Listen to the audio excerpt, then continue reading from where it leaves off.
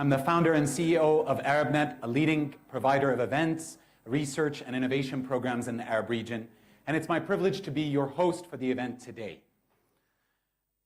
This event, Ignite TechTalk in Lebanon, is part of a series of events organized by Spark and Al Ghurair Foundation. Spark is a nonprofit that works on creating jobs for youth in fragile states, and Al Ghurair Foundation, which empowers Emiratis and Arab youth with learning pathways for better livelihoods. Thanks to AUB for facilitating the event, and we as ArabNet are proud to be a media partner as well for the event. Of course, thank you all for joining us. The focus of our event today will be on how technology and digitization are really transforming the jobs and skills landscape, and how we can best equip youth, who make up 55% of the population of the region, with the right skills, access, and the mindset to be able to take advantage of the new job trends that are happening in the region. We're going to discuss effective upskilling programs, and we're going to explore how AI, remote work, and startups, which are increasingly all drivers of job creation and transforming the types of skills that are needed in the workforce. Of course, part of this will be a focus on vulnerable communities, right? Or structurally, what was the word that someone used? Structurally constrained communities, if we don't like vulnerable.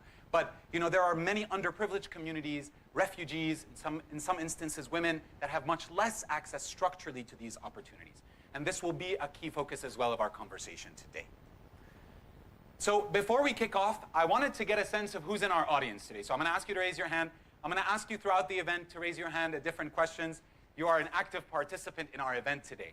So I'll first start out, who's in the audience? So are you an entrepreneur? Raise your hand. If you're an entrepreneur, raise your hand, nice and high. Okay, great. If you are a donor organization or donor organization, raise your hand. Okay, we've got some donor organizations. An implementing organization, someone who implements programs. Okay, we've got a lot of implementing organizations. Excellent. Policymakers. Okay, we got a couple of policymakers.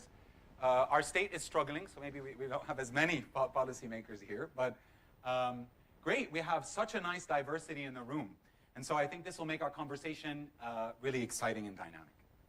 We're going to kick off the event today with a few opening speeches.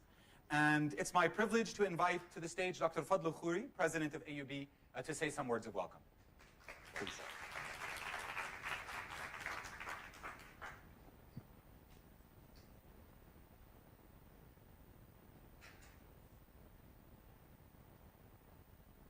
So this phone is for your safety. I time my speeches so I don't go over and put people to sleep.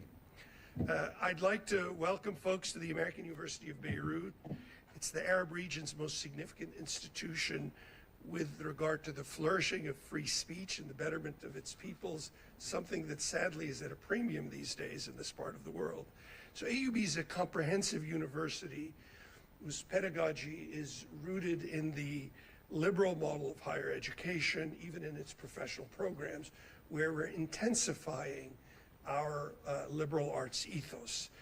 The idea is to have people experience the university journey, not only for their skills and the knowledge that they gain, but to teach them to lead and think independently and to become, frankly, more confident. There was a wonderful graduation speech by the governor of Illinois, J.B. Pritzker, at Northwestern. He made a very good point. The people who bash others and bully others and say bad things about others are probably on the lowest scale evolutionarily. It's the people who can put themselves in the position of others and empower them who are really more evolutionarily developed humans. And that's what we want people to gain at AUB.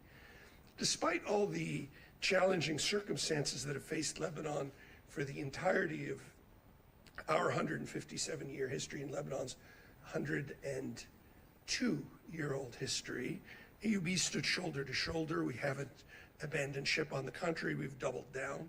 We're one of the 250 leading universities in the world in the rankings. But the rankings that matter to us is really what do our graduates do. And if you look at our graduates, they do extraordinarily well. We're the only university that's in the top 100 in the region in employability, and we're really in the top 25 in terms of impact. And by impact, we define it, the alumni, as, you know, where do our alumni appear? Forbes 30 under 30, global top 100 thinkers, and frankly, creation of wealth and opportunity for others. So the university's always been at the forefront of social and political movements of caring for wounded in times of war, and its ethos is really to serve others with an open mind. But as we recognize, demand for access to quality higher education in the region far exceeds what AUB and its sister universities can meet. I'm going to be very honest and say there's nothing like an intensive 3, 4, 5-year in-person experience, but that model isn't scalable. It's not affordable for most people. That's why we're very fortunate to partner with the Al Ghurair Foundation for Education and with Spark, who specialize, particularly lately through Ignite, in creating opportunities for people who are at a structural disadvantage, who are vulnerable. And I saw the latest statistics.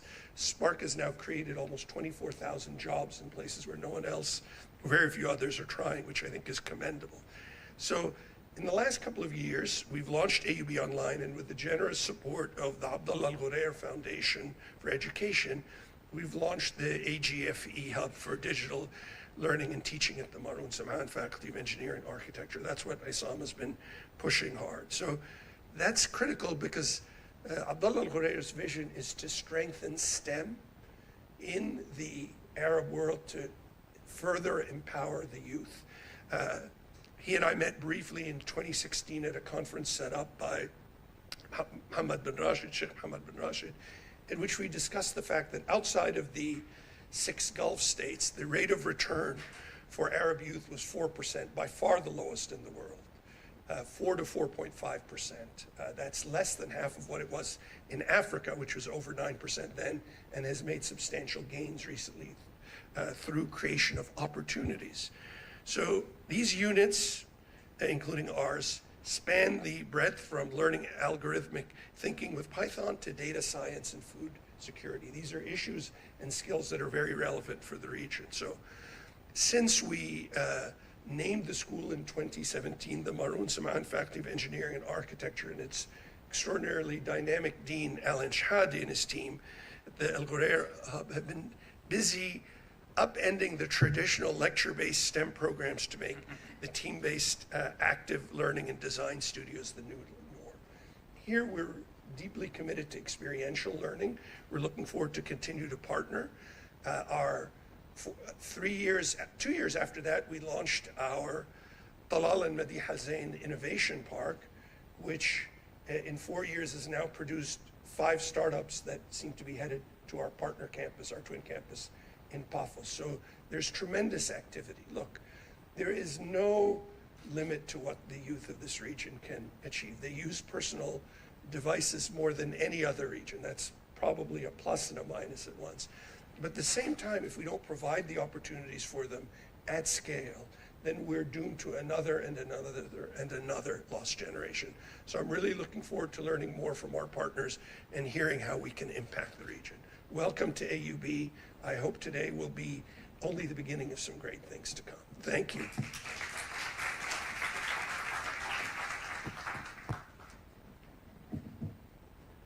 Thank you, Dr. Khouri. And it's my privilege to invite our next speaker to the stage, Ms. Dana Dajani, Director of Programs and Partnerships at the Abdullah Al Ghurair Foundation. Welcome, Ms. Dana.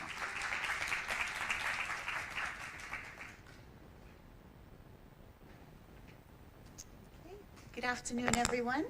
It's so nice to see some familiar faces and some new faces, and really looking forward to all our discussions.